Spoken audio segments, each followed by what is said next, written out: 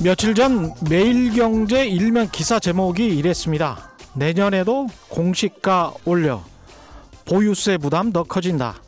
그러면서 기사 첫 문장이 이렇게 끝을 맺고 있네요. 현 정부 들어 공시가를 급격히 올린 데 이어 내년에도 인상할 경우 세금 폭탄으로 경제에 악영향이 우려된다.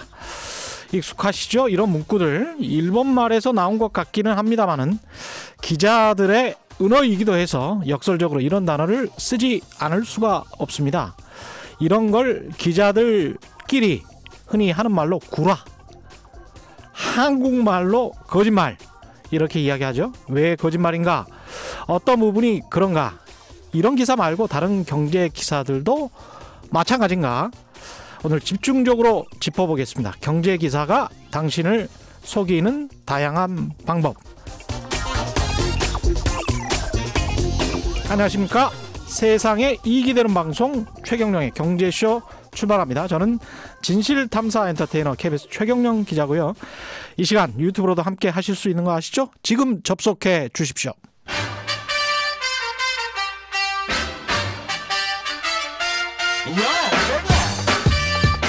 최경영이 원하는 건 오직 정의. 경제 정의를 향해 여러 걸음 깊이 들어갑니다. 최경영의 경제쇼. 네, 지난해 2018년 언론이 동네북으로 여겼던 이슈 기억나십니까? 최저임금이었는데요. 요즘은 별로 그런 내용 잘 안 나옵니다. 최저임금이 2021년부터는 조금 2020년부터는 낮아져서 그런 걸까요? 이미 오른 최저임금에 관해서는 뭐 자영업자들이 별다른 악영향을 받지 않아서 그런 걸까요? 심지어 그때 경제신문에서는 급격한 최저임금 인상으로 일자리를 잃은 50대 여성이 최근 스스로 목숨을 끊은 것으로 확인됐다.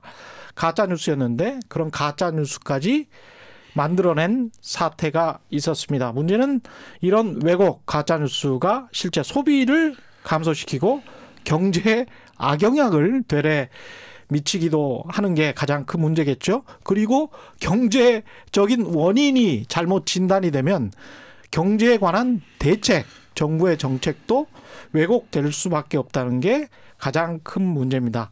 이런 왜곡된 가짜뉴스 올해도 굉장히 많았는데요. 그래서 준비했습니다. 올해 최고의 가장 나빴던 가짜 경제뉴스를 뽑아보는 시간, 팩트체크 전문 기자시죠. 팩트체크 미디어의 뉴스톱 대표 김준일 기자 나오셨습니다. 안녕하세요. 예, 안녕하십니까. 예, 오랜만에 또 나오셨습니다. 예, 예. 자주 불러주셔서 감사합니다. 아니 자주는 더 많이 나오셔야 돼요. 워낙 바쁘셔가지고 예.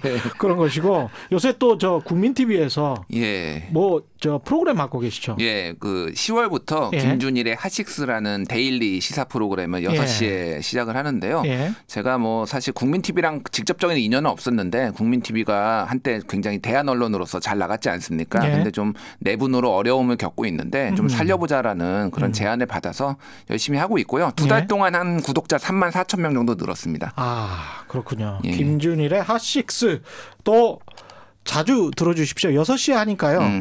아, 그 김영민 씨가 약간 좀 싫어하실 수도 있겠습니다. 유튜브로 예. 나중에 보시면 예, 되죠. 유튜브로 김영민 나중에. 듣고. 예. 예. 이 오늘 저 준비한 올해 최고의 저질 가짜 경제 뉴스 차근차근 예. 한번 풀어주실까요? 하나씩 예. 예, 밟아보겠습니다. 예. 첫 번째는 이게 가장 자주 나온 거고 심지어 지금도 계속 나오고 있어요. 예. 탈원전 때문에 한전이 적자를 봤다. 탈원전 때문에 한전이 적자를 봤다. 예. 이게 지금 2018년에도 뭐 이런 뉴스는 많이 나오는 거 2018년에도 계속 예. 나오고 예. 2019년에도 계속 나오고 있어요. 예. 지금. 예. 집요합니다. 이거는 바로 잡아줘도 계속 나오고 있어서 좀 자세히 좀 설명을 드려야 될 것 같아요. 맞습니다. 자, 탈원전, 문재인 정부의 탈원전 정확하게는 60년에 걸쳐서 이뤄집니다. 그렇죠. 예. 그리고 문재인 정부 임기 동안 원전 숫자가 늘어나요. 아, 원전 숫자는 되레 늘어나는 거죠. 예, 왜냐면 짓던 거는 계속 지어야 될 거 아닙니까? 짓던 거는 계속 짓기로 했으니까. 짓기로 했으니까. 예. 그래서 그 이후에 예. 수명이 다하는 원전을 닫는다. 무리해서 연장하지 않는다라는 게 원칙이고 또 하나는 새로 짓지는 않는다. 그러면은 그렇죠. 이게 자연 감소분이 계속 생길 거 아니에요. 예. 그래서 60년에 걸쳐서 줄어듭니다. 그러면은 지금은 원전이 안 돌아가고 있느냐? 다 예. 돌아가고 있어요. 그렇죠. 다 돌아가고 있기 때문에 과거와 똑같이. 과거와 똑같이. 예. 다만 가동률이 차이가 납니다. 원전 가동률이 차이가 나요. 왜 차이가 나느냐? 원전은 굉장히 위험한 이 원전 그 원자력 그 방사성 물질을 다루고 있기 때문에 그렇죠. 안전이 최우선이에요. 예. 후쿠시마처럼 터지면 어떡합니까? 그렇죠. 안 되죠. 그러니까 예. 점검을 해요. 점검을 자주 하는데 이제 원전이 막 20년, 30년 됐잖아요. 네. 노후화가 되니까 이 점검하는 시간이 점점 늘어나는 거예요. 그렇기 때문에 원전 가동률이 떨어지는 거예요. 예. 원전 가동률이 떨어지니까 원전 대신에 다른 걸 돌려야 되잖아요. 예. 그러니까 이를테면 더 원전이 현재로서는 그 폐기 비용을 제외하고는 싼 전기를 생산하는 건 맞습니다. 이것도 가장 큰 문제가 한국의 언론들이 폐기 비용을 제외하지 않고 네. 원전이 가장 싸다라고 계속 보도를 해왔기 때문에 그렇죠. 그것도 큰 차이가 있습니다. 영국에서 관련해서 항상 코스트하고 베네핏을 따질 때 예. 원전은 어쩔 수 없이 폐기를 해야 돼요. 예, 폐기를 해야죠. 40년, 50년 지나면 고준위, 저준위 나눠서 폐기를 해야 되고 예. 그게 앞으로는 그 폐기 비용이 기하급수적으로 계속 늘어갈 수밖에 없습니다. 기하급수적으로. 환경 오염 때문에 예. 과거에는 그냥 대충 했었어요, 사실. 70년대에는. 외국 사례를 이미 말이 나왔으니까 외국 예. 사례를 말씀드리면은 우리나라가 이제 고래 1호기 닫았고 월성 1호기 닫았어요. 수명이 다해서 닫은 겁니다. 이거는. 그렇죠. 예. 고래 1호기 같은 경우에는 박근혜 정부 때 이미 폐쇄를 결정을 하고 문재인 정부 시작하자마자 그 로드맵에 따라서 닫은 거예요. 고래 1호기가 이제 우리나라 처음으로 그래서 원자로를 해체해야 됩니다. 원자로 해체하는데 10년 이상 걸려요. 예. 그리고 한국은 한 번도 해본 적이 없어요. 그렇습니다. 그런데 해외의 사례의 경우 그러면 이 원자로 해체하는데 얼마 들었냐? 적게는 6천억에서 많게는 1조 원 얘기가 나옵니다. 맞습니다. 예. 예. 그러면 이 비용이 전기 비용으로 만약에 다 환산이 되면 굉장히 원전이 싼 게 아니라는 거죠. 그렇죠. 예. 어찌 됐든 그거는 예. 그렇고 이제 그래서 원전 가동률이 들쑥날쑥해요. 지금. 그렇기 때문에 심지어 2018년 원전 이용률은 65.9%였고 전년 대비 5.3%포인트 낮아졌는데 한전은 영업 적자를 기록했어요. 근데 2019년 상반기에는 원전 이용률이 79.3%로 거의 13% 늘었어요. 예. 그런데 한전은 또 적자를 기록했어요. 예. 왜 그럴까요? 왜 그랬습니까? 원전이 영향을 미치는 게 아니라 예. 다른 요인들이 굉장히 많은 것들이 미치는 거예요. 환율, 유가, 그렇죠. 뭐 원재료가 이런 것들이 영향을 미치기 때문에 지금 한전이 적자를 보고 특히 예. 올해 상반기에는 기름값, 유가가 매우 많이 올랐어요. 그렇습니다. 그러면서 그게 이제 한전의 부담으로 작용이 돼서 적자가 난 거지 탈원전하고는 전혀 상관이 없고 탈원전은 찬성하실 수 있고 반대하실 수 있습니다. 이거는 정책적으로 논의를 할 수 있는데 이렇게 가짜 뉴스 만들어서 탈원전 때문에 적자 나니까 한전 뭐 문 닫는다 이런 식으로 하면 안 되는 거죠. 한전의 경영 요소에 영향을 미치는 것 중에 가장 큰 것은 사실은 원전이 아니고요. 그 유가입니다. 유가가 굉장히 큰 영향을 미치고 그것은 한전 직원들도 다 인정을 하고 있는 것이고요. 그다음에 이제 한국전력이든 정부든 어떤 게 또 공공기관 다른 공공기관들도 마찬가지고 뭐가 적자가 나면 보통 이제 조선일보나 경제신문들이 야 경영을 어떻게 했길래 이렇게 하는 거야? 라고 비판을 하거든요. 그렇죠. 무슨 방망 경영 아니야? 그러면 한전 같은 경우에 유가가 아주 좋았을 때 본인들이 장사하기 좋았을 때가 마침 또 박근혜 정부 때 그때 영업 흑자가 굉장히 좀 많이 났습니다. 그때 돈 벌어가지고 몇 조씩 돈 벌어서 그걸 가지고 어떻게 썼는지 그걸 효율적으로 경영을 해서 지금 현재 본인들의 적자분을 메꾸고 그런 경영 노력을 해왔는지 아니면 흥청망청 직원들에게 다 썼는지 그리고 자회사에게 그것도 다 비정규직이죠. 하청 주고 하는 그런 자회사들에게 본인들의 일감을 다 떠넘기고 본인들은 제대로 일을 안 하고 있는 것인지 이런 거를 원래 따졌었단 말이죠. 그러니까 다른 공공기관이랄지 다른 공기업은 이런 걸 따졌어요. 근데 한전은 거기에 관해서는 이번 정부 들어서 단 한마디도 그런 비판이 안 나오고 있어요. 그냥 다 탈원전 때문에 그렇죠. 지금. 이건 좀 말이 안 된다고 생각합니다. 경영학적으로 그렇게 엄정하게 비판을 했던 언론이 한전은 그러면 왜 적자가 나지? 경영진에 문제가 있는 건 아니야? 경영 제대로 했어? 돈 벌었을 때는 뭐 한 거야? 이렇게 물어봐야 첫 번째 질문이 되는 거거든요. 그러니까요. 이건 좀 많이 의도가 있는 거죠. 예. 많은 의도가 있는 거고 뭐 아까 말씀드렸듯이 탈원전 반대할 수도 있고 찬성할 수 있습니다. 근데 네. 팩트를 가지고 뭐 어떻게 할 것인가를 논의를 해야지 이런 식으로 가짜 뉴스를 만들어 가지고 논의를 왜곡하는 거는 언론 얘기를 포기한 거죠. 그렇죠. 예. 예. 그리고 또 뭐가 있을까요? 문재인 정부 들어서 해외 이민이 급증했다. 이런 기사가 올해 5월부터 7월까지 여러 차례 나왔고요. 예. 이거를 황교안 자유한국당 대표가 자신의 페이스북에 이 기사를 공유를 하면서 예. 또 이제 또 그걸 이제 황교안 대표가 공유했다라고 하면서 이게 또 이제 재기사화가 되는 거죠. 예, 문재인 정부 들어서 해외 이민이 급증했다. 예, 그러니까 해외 이민이 급증한 이유는 못 살겠다 문재인 때문에. 문재인 때문에 못 살겠다. 못 살겠다. 그래서 다 지금 탈출하고 엑소더스다 지금 대한민국이. 근데 사실 이 비슷한 기사가 예. 미국에서 트럼프 때문에 못 살겠다라고. 너무 싫어. 캐나다로 이민 갈 거야. 이런 사람들이 꽤 있다고 해서 실제로 뉴욕타임스에 나왔었던 걸 기억을 하는데 실제 문재인 정부 때문에 못 살겠다. 해외 이민 가겠다. 이렇게 인터뷰를 한 겁니까? 아, 그러니까 이제 외교부 데이터를 가지고 했고요. 뭐 우리가 이제 유념해야 될 거는 대부분이 완전히 터무니없게 100% 날조를 하진 않습니다. 뭔가 통계가 있어요. 그렇죠. 통계를 가지고 하는데 진짜 얼토당토 않게 해석을 하는 거예요. 굉장히 많은 복잡한 요인들이 있을 텐데 다 없애고 기승전 문재인 탓, 기승전 최저임금 탓, 기승전 한전 탓, 뭐 그러니까 탈원전 탓 이런 식으로 하는 거예요. 자, 외교부에 따르면은 작년에 해외 이주 신고자는 2,200명, 2016년에는 455명으로 2년 만에 약 5배가 된 것. 이거 사실입니다.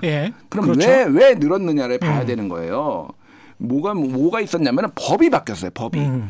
예전에는 현지 이주자, 그러니까 영주권자라고 보통 얘기를 하죠. 미국의 영주권자도 있잖아요. 근데 대한민국 국적이잖아요, 이 사람들은. 그러니까 이 사람들은 신고할 의무가 없었는데 작년에 법이 바뀌어가지고 영주권자들이 해외 이주법 개정에 따라서 해외 이주 신고 대상이 되면서 이 사람들을 해외 이주자로 분류를 한 거예요. 그러니까 법이 바뀌어. 그러니까 이 사람들이 이제 해외를 나간 것처럼 통계가 잡힌 거예요. 그래서 그거를 빼면은 그냥 매년 한 400명으로 거의 동일한 숫자예요. 근데 이거를 갑자기 2,000명이 잡혔는 그러면 이유를 알아봐야 될 거 아니에요. 그렇죠. 언론이고 기자라면은. 근데 물어봐야지. 아, 이거 왜 이렇게 늘었죠? 근데 이거를 문재인 때문이다. 이렇게 기사를 써버리는 이게 거예요. 관심법이죠. 이런 기사를 보면서 제가 좀 충격적이었던 거는 인터뷰가 거의 나오지가 않고 인터뷰가 나오더라도 익명이에요. 그 사람의 실명이 안 나와요. 그러면 한국 떠날 사람인데 뭐가 무서워서 내가 어디 사는 누군데 정말 문재인 때문에 이게 막 세금 많이 걷고 그러려고 하니까 나는 세금 적은 나라로 갈 거야. 이런 이야기를 해야 되거든요. 제가 아까 언급드린 그런 그 외국의 뉴욕타임즈나 이런 데서 트럼프 때문에 나가겠다라고 했던 그 기사 거기에 보면 인터뷰이들이 한 4-5명 있는데 다 실명이에요. 그리고 나가겠다는 나라들이 나가서 그리고 지금 현재 살고 있어요. 그런 친구들이 2명이 한국에서 지금 살고 있는 친구들이에요. 또 그래요? 역으로 캐나다도 있지만 한국에서 한국 되게 살기가 좋더라. 근데 이제 전반적으로 트럼프 때문이다라는 건 아니고 다양한 어떤 문화도 섭취하고 그런 측면에서 이런 것도 좋지 않을까라는 이렇게 밸런스가 좀 있는 거예요. 그래서 여러 가지 이유가 있겠지 않습니까? 그렇죠. 세상에 경제에 한 가지 이유가 어디 있습니까? 어떤 사람이 싫어서 자기 나라를 무조건 떠나겠다. 이거는 너무 극단적이잖아요. 그렇죠. 그러니까 다른 여러 가지 이유가 있을 텐데 그 이유를 문화적인 이유, 그다음에 뭐 다양성의 이유, 여러 가지 이유를 드는 거예요. 근데 한국 언론은 인터뷰도 안 나와요. 실명 인터뷰도 없이 야 문재인 때문에 떠나나 봐 이거잖아요. 요거를 좀만 더 설명을 드릴게요. 이게 조선일보 기사였어요. 7월 달에 나온 게 황교안 대표가 언급을 한 게. 근데 5월 달에 한국경제가 제목을 뭐라고 했냐면 단독 상속세 폭탄 무서워 부자들이 떠난다라는 내용의 똑같은 기사를 썼어요. 이거를. 캘리포니아로 제가 계속 말씀드리는 건데 캘리포니아로 떠나십시오.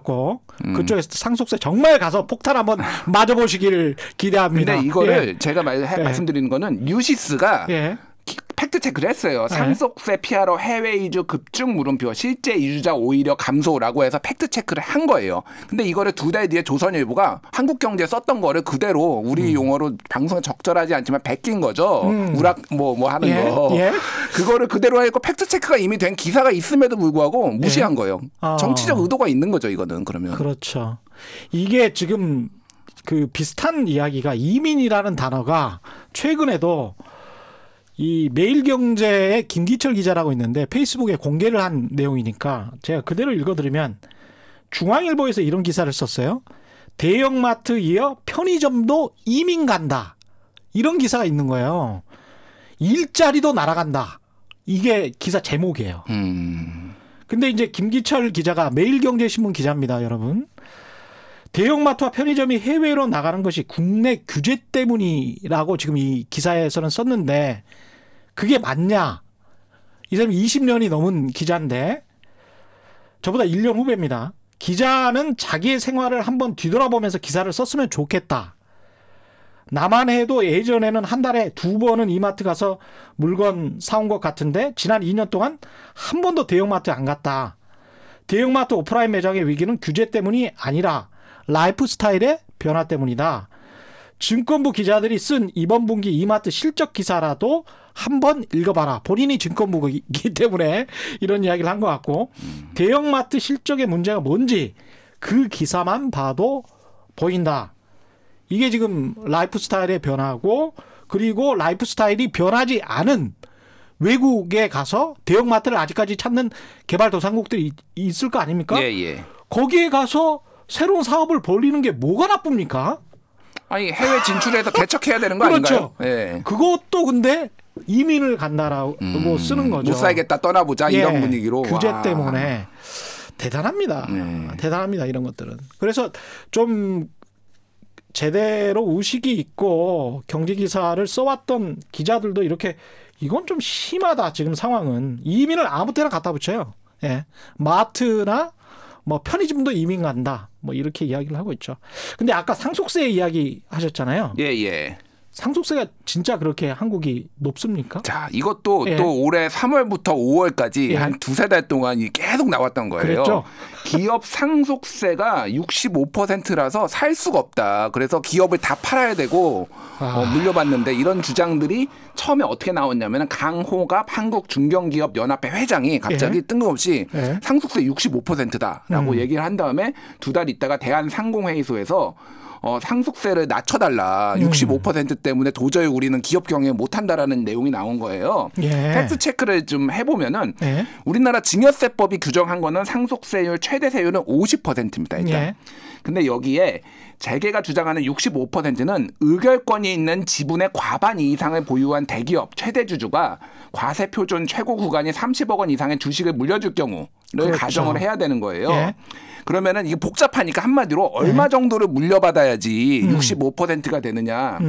10조 원 정도 받으면요. 64.59% 정도 됩니다. 자, 대한민국에 10조 원의 상속세로 상속을 받는 사람이 몇 명이나 있겠습니까? 이재용 씨 정도 있죠. 뭐 한두 명 있을 거예요. 한두 명. 근데 이분은 이미 이제 상속세를 제대로 안 내고도 삼성을 장악할 수 있게 빠져나갔잖아요. 그러니까 뭐 그거는 논의 우리 내용에 아니지만 어쨌든 그렇게 했죠. 그래서 상속세율은 50%예요. 심지어 근데 50%를 다 내지도 않아요. 한국은 왜냐하면 공제를 엄청나게 해줍니다. 엄청나게 공제를 해줘요. 그래서 자 재벌닷컴이라는 곳이 있어요. 여기서 그렇죠. 통계를 많이 내요. 국세청 통계로 집계를 해서 2008년부터 2017년에 상속세를 집계한 결과 상속세율이 평균 17.3%였다고 합니다. 17.3%. 예. 그 보통 대기업들의 법인세가 25%잖아요. 예. 근데 실효세율이 13%에서 한 17% 정도 나오는데 그렇죠. 법인세 정도밖에 안 내는 거네요. 법인세 정도밖에 안 내는 거고 심지어 매년 상속세를 납부하는 사람이 그러면 몇 명이나 되냐. 통계를 보면 2017년에 6,986명, 약 7,000명 냈어요. 대한민국 5천만 명 중에 상속세 낸 사람이 7,000명밖에 안 됩니다. 최고 부자 7,000명을 위해서 지금 상속세 인하에다 그것도 거짓말까지 더해서 65%다. 그렇죠. 10조 원 나오면 상속 받으십니까 지금? 근데 미국 같은 경우도 이게 상속세가 연방 정부가 있고 또 주정부가 있기 주정부가 때문에 있죠. 따로 해서 다 더하면 굉장히 상당하거든요. 상당하죠. 예. 네. 그런 것들을 좀 생각을 해봐야 될 것 같아요. 그리고 이제 부자들이 세금을 안 내면 정부는 어디에서 또 돈을 걷어가지고 복지 정책이랄지 다른 인프라랄지 이런 거를 깝니까? 그거는 도대체 그러면 누구 덕분에 장사를 해서 국민들에게 소비자에게 장사를 해서 그걸로 돈을 모아서 사회적인 어떤 책임과 혜택을 받은 거잖아요. 그럼요. 그래서 세금이라는 것은 조세가 제대로 걷어서 그것을 효율적으로 재분배하는 기능도 있는 것인데 그러면 기업들이랄지 부자들은 세금 안 내고 우리가 서민들이 먹는 소주값으로만 맨날 세금을 걷어야 됩니까? 언제까지 부가가치세만 그렇게 걷어야 됩니까? 우리도 상속세, 직접세 많이 걷어서 그렇죠. 재원, 복지 재원 마련해야 될 거 아닙니까? 근데 실제로는 제대로 이제 걷지도 못하고 있는데 근데 제대로 걷으면서 야 이거 너무 심한 거 아니야? 라고 하면 모르겠는데 제대로 못 걷었어요. 이병철에서 이건희로 이건희에서 이재용으로 넘어갈 때 한 번이라도 걷었냐고.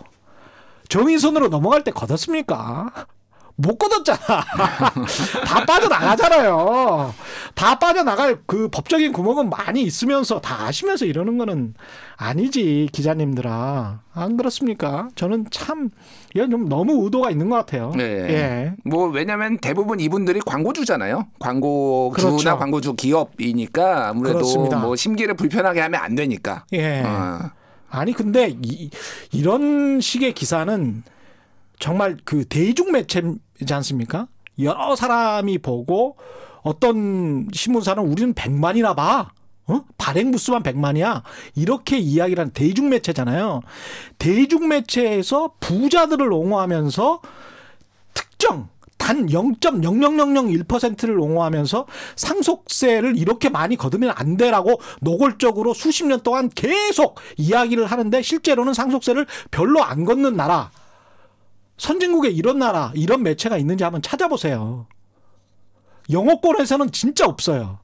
서방 영어권에서는 정말 이런 나라가 없어요. 어디 공산주의 국가 가면 있을지 없을지는 모르겠지만 이건 정말 이상한 기사 쓰기인데 이게 자본주의의 원칙에 맞는지도 모르겠고 이게 도대체 그러면 정부는 뭘 하는 거죠? 어디에서 세금을 걷고 어떻게 그 국가가 정부 기능을 할 수 있는 것인지 답답하기 그지없습니다. 또 다른 기사들이 있나요? 아, 뭐 사실 오늘 밤을 샐 수도 있어요.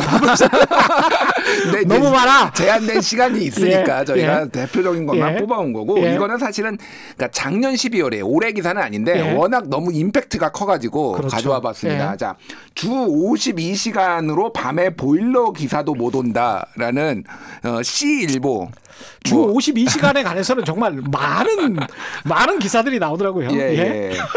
C일보는 조선일보입니까? 뭐 예. 그렇다고 그냥 뭐 예. 제가 말하지는 않았습니다. 예. 조선 뭐 그걸로 보일러 기사가 못 옵니까? 주 52시간이 되면? 자, 이제 뭐 무슨 얘기냐면은 52시간의 근무를 맞춰야 되는데 예. 만약에 52시간 초과하면은 예. 법으로 못하게 하고 처벌받는데 그러면 누군가 갑자기 보일러가 밤에 터졌다. 예. 그러면 뭐 기사가 52시간을 이미 채웠기 때문에 예. 저희는 못 출동하고 내일 아침에 갈게요. 그러면 그 고객이 예. 밤에 오들오들 떤다라는 기사예요. 그러니까 이미 가정을 해놨어요. 그러니까 예. 벌써 이미 이 모든 보일러 기사들이 이미 다 52시간을 이번 주에 채워가지고 밤에 출동한 사람이 한 명도 없어야 되고 갑자기 보일러가 영하 10도에 터져야 되고 그렇죠.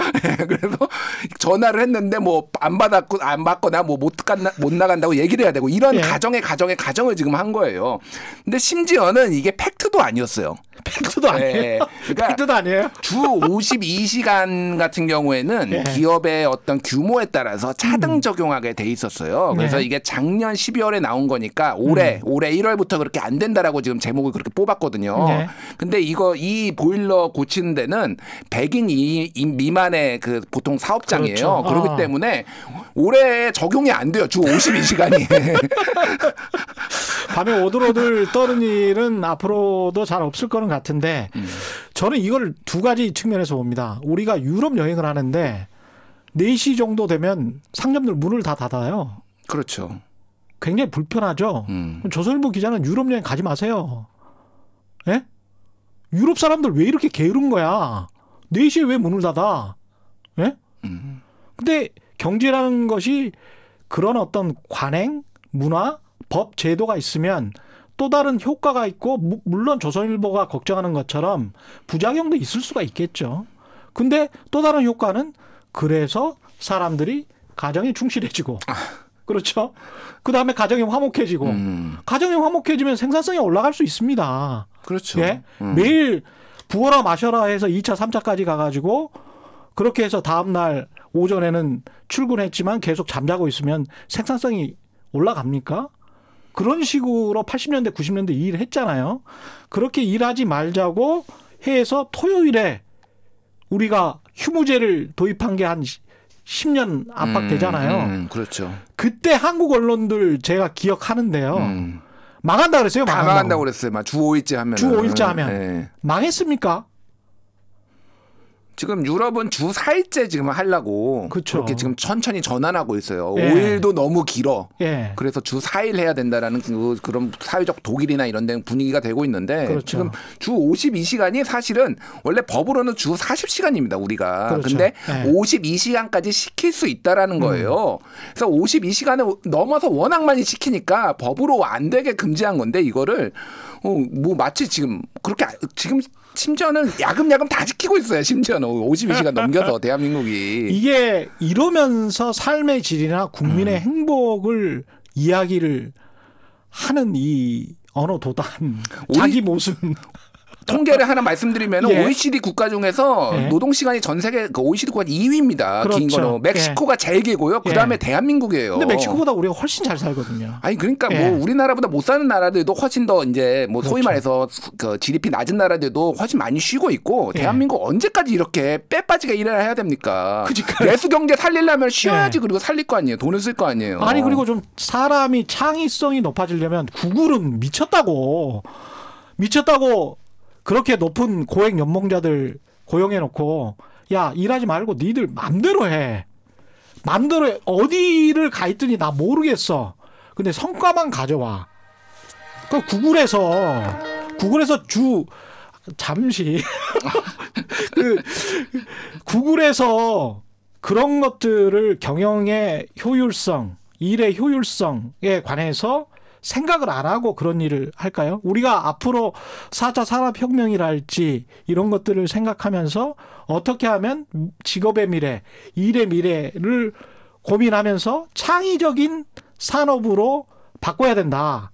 그런 직업들이 많이 생겨나야 된다. 그런 일자리들이 질 높은 일자리다라고 스스로 이야기를 하잖아요. 그러면 계속 반복적이고 고된 일만 해야 한국인은 그 200만 원, 300만 원이라도 벌 수 있다. 이런 식의 자기 비하 아니고 이게 뭡니까? 이거는 발전하지 말자는 이야기죠.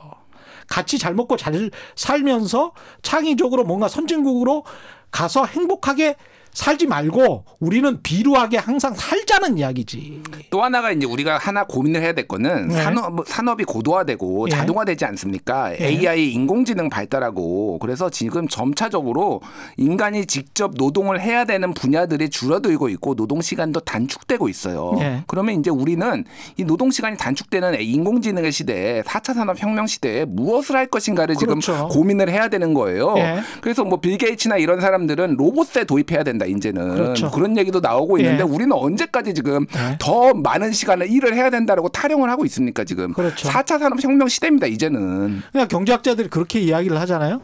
임금이 너무 높아지면 그것을 견디지 못하는 자본가가 새로운 기술혁명을 통해서 새로운 진화를 이뤄내는 거거든요. 그게 로봇 같은 겁니다. 그러니까 임금이 너무 높아지니까 야 차라리 로봇을 만들어 가지고 이거를 생산 공정을 혁신해서 생산량을 늘려보자라는 거예요. 그래서 어쩔 수 없이 선진국으로 가면 갈수록 기술이 발전하고 그리고 임금이 높아질 수밖에 없는 겁니다. 그것을 또 극복해 나가야지 사다리를 타고 올라가다가 사다리 타고 다시 내려오자고?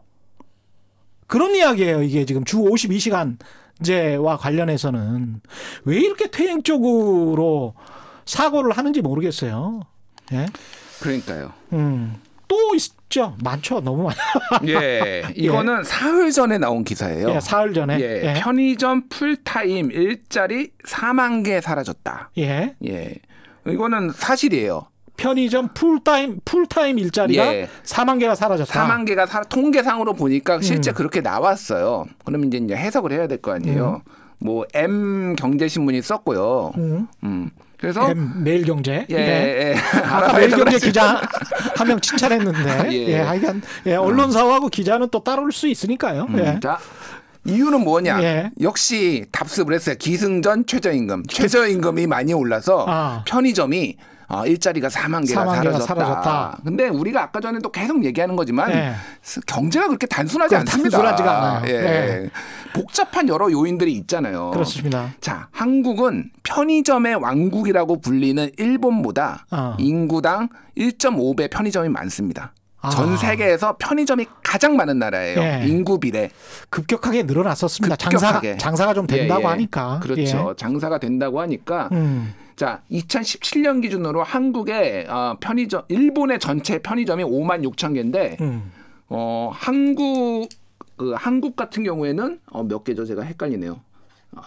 4만 개 정도 됩니다. 그렇죠. 근데 인구가 3배 차이 나요. 예. 그러니까 1.5배 많은 거예요. 인구 대비를 하면은. 그러니까 이미 출혈 경쟁을 지금 하고 있는 거예요. 과다 경쟁이었던 과다 거죠. 경쟁을 예. 하고 있었던 상황이고, 그리고 여러 이제 분석 기사들이 그 전에 많이 나왔어요. 그러면 이 가맹점주들한테 가장 부담이 되는 게 무엇이냐라고 했을 때 그 요인들을 보면 첫 번째가 가맹점 수수료, 예. 두 번째가 임대료, 예. 세 번째가 카드 수수료, 네 번째가 인건비라는 거예요. 예. 보통 지금 크지 않은 작은 편의점 같은 경우에는 주인이 직접 합니다. 예. 주인이 왜냐하면 이게 생산성이 안 나오니까 물론 그렇죠. 24시간 할 수는 없으니까 예. 아르바이트 두긴 하지만은 주인이 직접 하기 때문에 인건비 요인이 그렇게 크지가 않다라는 거예요. 지금 가장 부담을 느끼는 가맹점 수수료. 예. 일단 본사들이 50% 이 정도 영업이익이 가져가 버리니까 이게 너무 높다. 예. 이거 좀 낮춰달라고 맨날 항의하거나 뭐 이렇게 뭐 언론에도 나오고 이런 거예요. 예. 그런 식으로 평소에 기사를 써요. 심지어 이 신문들은 예. 평소에 그렇게 가맹점 수수료 높다, 낮춰야 되는 거 아니냐 뭐 이런 것도 쓰고 하지만은 뭐 본사도 먹고 살아야 된다 이런 식으로 뭐 하여간 분석 기사 쓰다가 이런 데이터만 나오면은 다 최저임금 때문인 거예요. 도대체 왜 앞뒤가 안 맞는 기사들을 이렇게 쓰는지 모르겠어요. 그리고 이것도 역시 이제 좀 정말 이게 정말 단순 무식한 기사들인데요. 산업 구조, 특히 유통업의 발전 구조를 보면 과거에 우리 뭐 일제시대 그 이후에 해방 직후 기억하실지 모르겠습니다만은 백화점이라는 게 없었지 않습니까? 예. 예. 미국에서 백화점 산업이 융성하기 시작한 것도 1960년대입니다. 유통업이라는 거는 백화점에서 대형마트의 시대로, 대형마트에서 편의점의 시대로, 편의점의 시대에서 다시 인터넷 상거래의 시대로 계속 60년대부터 계속 발전해 왔던 거죠. 나름대로. 그러니까. 그러면 백화점이 지금 미국에서도 매시 백화점이랄지 이런 것들이 폐쇄가 되고 있는데 60년대 백화점은 새로운 형태의 산업이었던 거예요. 유통 산업이었던 거예요. 한꺼번에 모든 것들을 길거리에 있는 모든 가게들을 한 곳에 모아놓고 화려하게 모아놓고 한꺼번에 살 수 있는 최초의 그런 대형 상점이었던 것이죠. 근데 그런 것들이 유통이 변화하면서 여러 형태로 나타나고 있고 결국 지금은 아마존이 장악한 그런 사회가 돼 있는 거죠. 그렇죠. 근데 우리가 그러면 그거를 따라갈 수밖에 없는 거예요, 우리는. 한국도 마찬가지 아닙니까? 한국도 마찬가지죠. 지금 자영업자들이 어려운 게 여러 가지 이유가 있어요. 최저임금 영향이 100% 없다라고 말할 수는 없으면 있겠죠, 당연히. 예, 근데 있죠. 지금 가장 큰 요인은 말씀하셨다시피 요즘은 다 뭐 쿠팡 뭐 예를 들면은 뭐 그런 식으로 온라인 상거래로 다 구입을 해요. 맞벌이 바쁘지 않습니까? 시장 갈 시간 없고 마트도 못 가서 이마트가 지금 심지어 적자를 봤어요. 창사 이래 처음으로. 그렇죠. 그 정도로 지금 급격하게 산업 구조가 재편되고 있는데 그런 걸 기사를 써요 또 이 이 신문들이. 그렇죠. 그러다가 이 얘기만 나오면 최저임금 때문이라고 하는 거예요. 그러니까. 아니 몇 년 전에만 해도 네. 이마트랄지 편의점이 산업적으로 얼마나 포지셔닝이 좋은지에 관해서 애널리스트들이 보고서를 그렇게 많이 썼단 말이죠. 그런데 그렇죠. 이렇게 급격하게 바뀌고 2000년대 초반만 해도 인터넷 상거래가 3조였는데 지금 120조입니다. 120조 원. 매년 20% 30%씩 성장을 해요. 아직도 10%가 넘게 성장을 하는데 지금 10%가 넘게 성장하는 산업 자체가 그렇게 성장하는 데가 어디 있습니까? 한국에서. 그런데 없어요.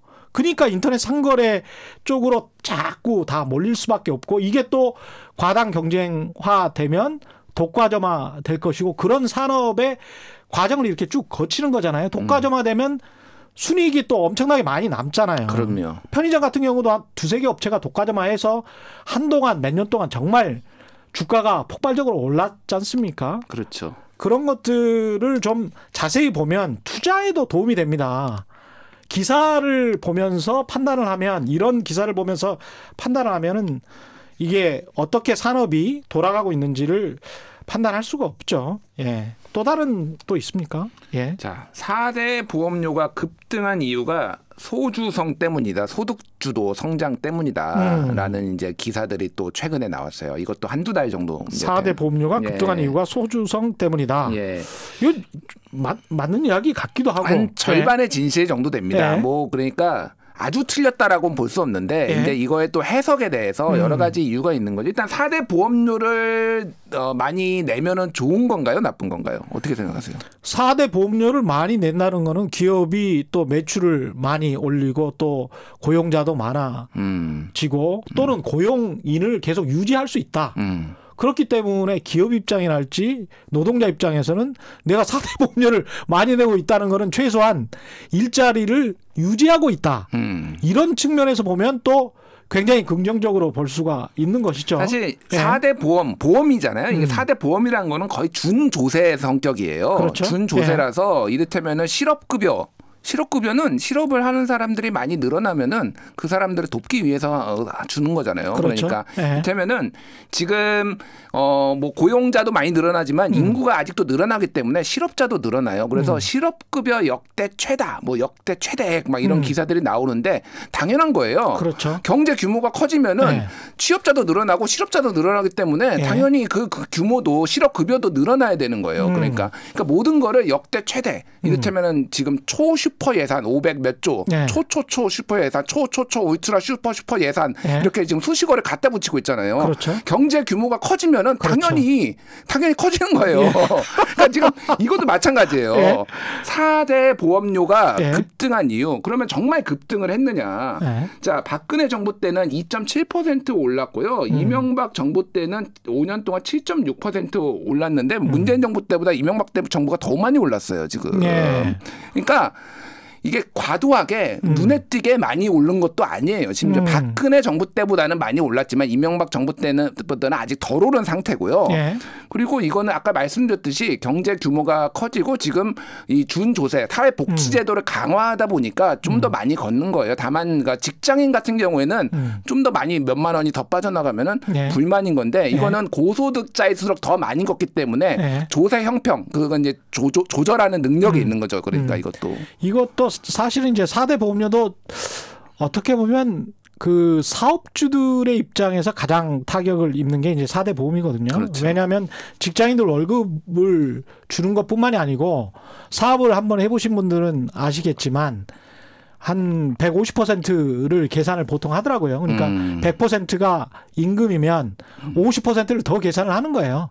각종 연금들 때문에. 그다음에 퇴직연금도 계속 쌓아놔야 되니까 그게 의무사항이 돼 있으니까 그런 것들이 이제 부담이 되니까 특히 사업주들이 기업을 하고 계시는 분들 특히 이제 뭐 전문직으로 병원 하시는 분들도 이 4대 보험이 올라가는 거에 굉장히 부담을 느끼는 그 주체입니다. 그러니까 이제 누가 가장 여기에서 부담을 느끼고 있냐. 근데 한국 언론의 또 특징은 뭐냐면 누가가 빠져요. 그러니까 아까 오프닝에서 경제에 악영향을 준다라고 했잖아요. 네.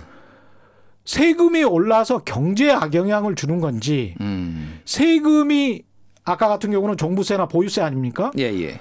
그 보유세가 올라서 보유세가 50만 원이 올라서 악영향을 당하는 사람은 아파트 가격이 1억 오른 그 사람이에요. 그 사람을 경제라는 일반 주체로 그냥 호환시켜 버리는 거죠. 근데 누구나 다 그 부담이 있는 거는 아니죠. 보유세를 안 내는 사람도 우리 인구 중에 50%가 있어요. 그럼요.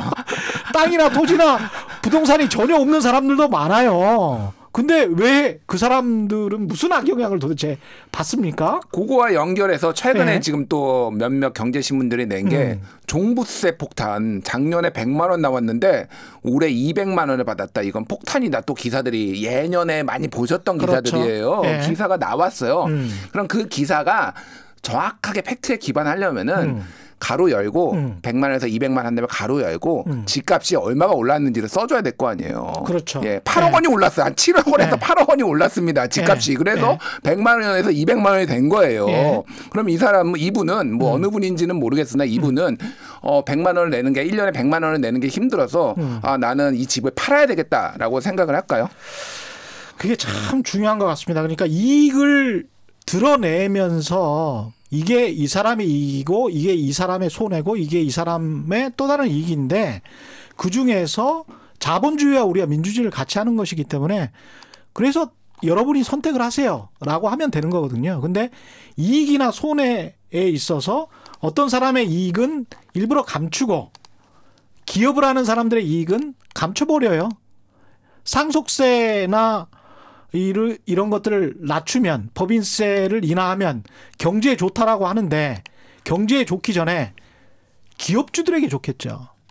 이재용 씨 같은 사람들에게 좋겠죠. 그걸 먼저 씁니다. 언론은 먼저 써요. 그래서 가령 법안이 어떤 게 발의가 됐으면 영국도 미국도 어떤 식으로 쓰냐면 이 법안이 정유회사에는 어떤 불이익을 안기는지 그리고 환경 관련 회사에는 어떤 혜택을 주는지 나눠서 헤드라인을 쓰고 보도를 합니다. 그래서 엑손모빌에 어떤 악영향을 줘서 엑손모빌의 회장은 이렇게 이야기를 했다. 이게 얼마나 정직한 보도입니까? 그러면 독자나 시청자가 보고 판단을 하면 돼요. 아, 우리는 아직 정유회사가 이 나라에는 중요하기 때문에 이 환경 법안이 섣부르다. 이렇게 판단할 수 있는 거죠. 그래서 이익과 손해가 플러스 마이너스가 어떤 것인지 정확하게 알 수 있도록 팩트를 제시를 하면 되는데 어떤 것들은 감추고 왜 어떤 것들은 과장을 하냐 이거죠. 정말 이런 것들이 그래서 사기라고 제가 하는 거죠. 예. 왜 이렇게 계속 쓰는 겁니까? 한 1, 2분밖에 안 남았네. 자, 마지막으로 이거 빨리 짧게 할게요. 예. 자, 경제 위기설. 예. 올해 초부터 계속 나왔어요. 그 근거가 11년 주기설입니다. 11년 주기설. 예. 11년 뭐 어디서 나왔느냐? 예. 1997년 외환위기였고 예. 2008년 글로벌 금융위기였으니까 예. 11년 간격이었잖아요. 2019년은 일단 뭐 예. 2019년 예. 그래서 연초에 계속 나왔어요. 11년 주기설 경제 위기다 문재인 예. 정부 경제 위기다 지금 12월쯤 되니까 이제 들어가네요. 그게 예. 11월까지도 계속 나왔어요 지금. 근데 그러니까 내년에는 이제 2020 해가지고 뭔가 숫자가 딱 떨어지잖아요. 예. 2020 이게 숫자가 떨어지니까 경제 위기설하고 좀 맞을 것 같아요. 운율도 좀 맞을 것 같고 2020 경제 위기설 이거 라임이 참 좋아. 그래서 2020년에도 또 한 번 나올 것 같습니다. 기사를 예. 쓰지 말고 점성학을 하십시오. 그런 분들은 왜 점을 치셔야지 왜 그거를 지금 기사를 쓰고 계십니까? 예, 그러니까 이제 기사를 쓰시려면 농거를 아주 논리적으로 서병수 애널리스트가 이야기하듯이 농거가 굉장히 좀 많고 탄탄하고 정교하고 이러면 이제 좋은 기사가 되는 거죠. 위기설이라고 하더라도 그렇게 이제 설득력 있게 써야 되는데 누가 그랬대? 11년마다 위기가 예, 온대. 예. 아니면 유명한 사람이 그랬대. 아니면 미국 백인 남자가 그랬대. 그 미국 백인 남자 교수가 한국 언론이 너무 신봉하는 거예요. 예? 좀 생각을 하고 기사를 쓰는 게 원인과 결과에 관해서 작용과 부작용에 관해서 여러 가지 좀 생각을 해 보시라. 제가 여러 번 말씀드리는데 답답해서 우리 또 김준일 대표랑 이야기하면 이렇게 또 마음이 잘 맞습니다. 오늘은 여기까지 해야 되겠습니다. 오늘 말씀 감사하고요. 지금까지 팩트체크 미디어 뉴스톱의 김준일 대표와 함께했습니다. 네, 감사합니다. 네, 감사합니다. 오늘 준비한 최경영의 경제쇼는 여기까지고요. 저는 진실삼타 엔터테이너 KBS 최경영 기자였습니다. 지금까지 세상에 이익이 되는 방송 최경영의 경제쇼였습니다. 고맙습니다.